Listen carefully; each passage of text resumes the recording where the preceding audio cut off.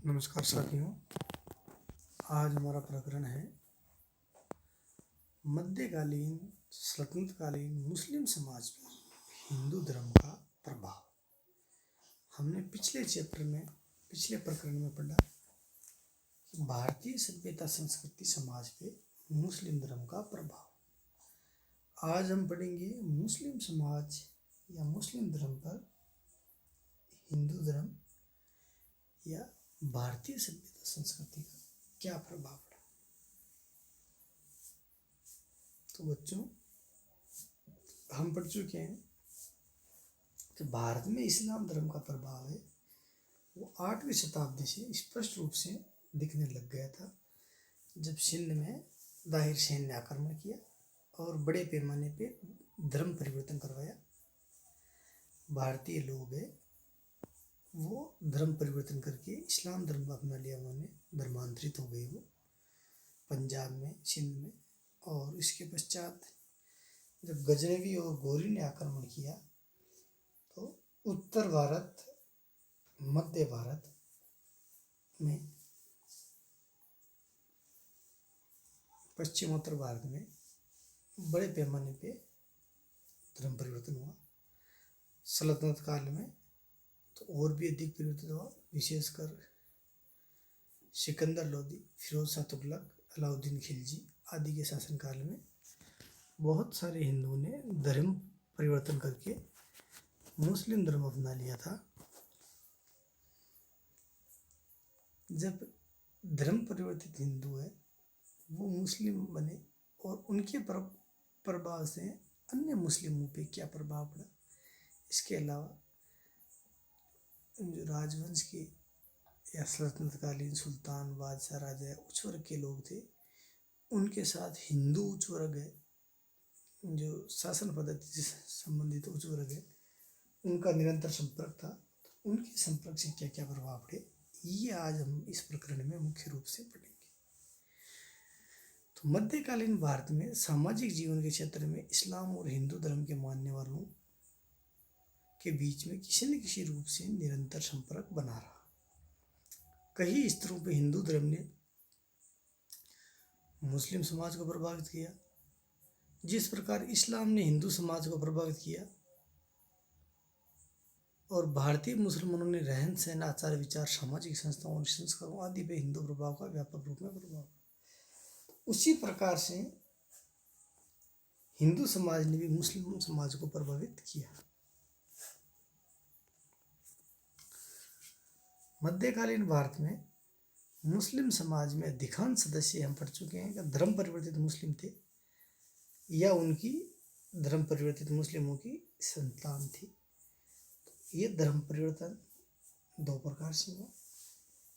एक तो जोर जुलम से, जिसमें सल्तनतकालीन सुल्तानों, बादशाहों, सैनिकों आदि में तलवार के बल पे धर्म परिवर्तन करवाया।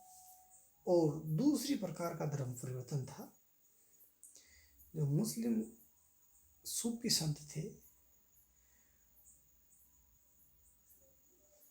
उन्होंने अपने विभिन्न प्रकार के चमत्कारिक कृत्य करके, लोगों में अच्छे कार्य करके, लोगों का दिल जीत के इस प्रकार से धर्म परिवर्तन करवाया।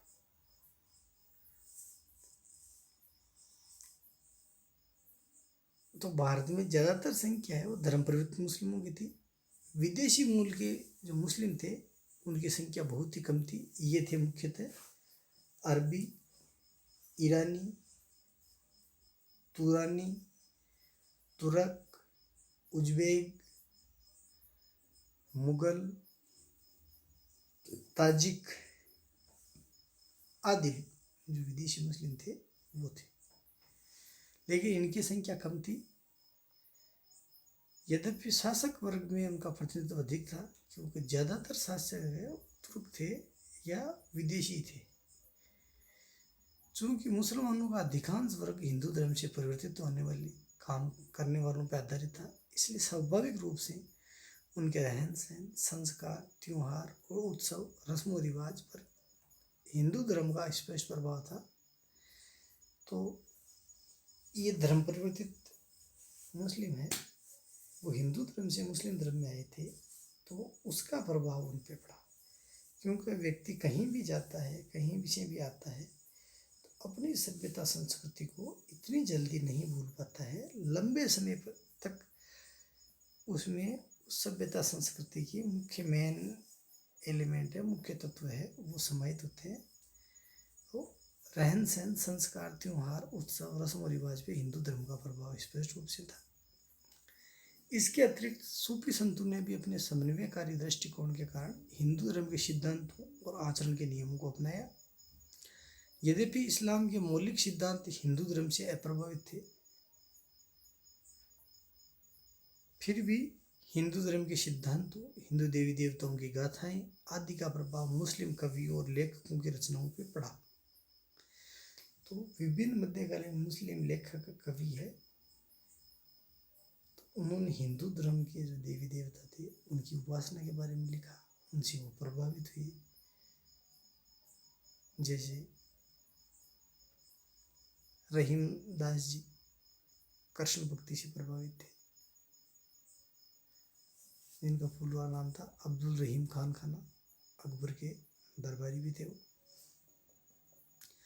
इसके अतिरिक्त मलिक मोहम्मद जायसी, रसखान, अनेक इस प्रकार से अमीर खुसरो,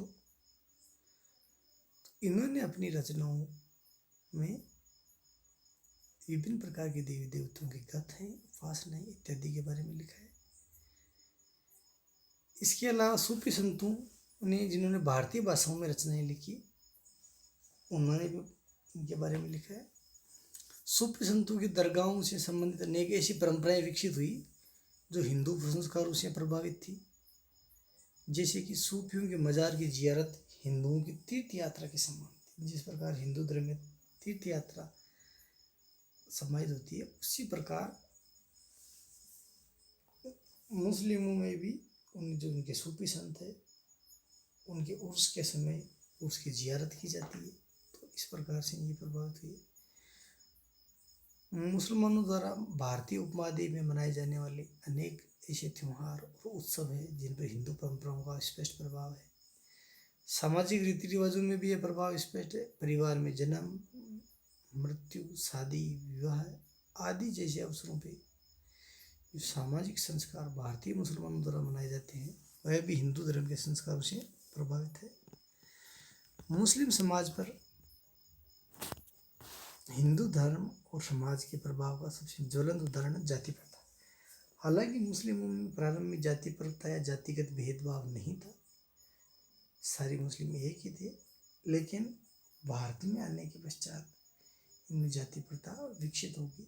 क्योंकि धर्म परिवर्तित मुस्लिम है वो दो प्रकार के थे।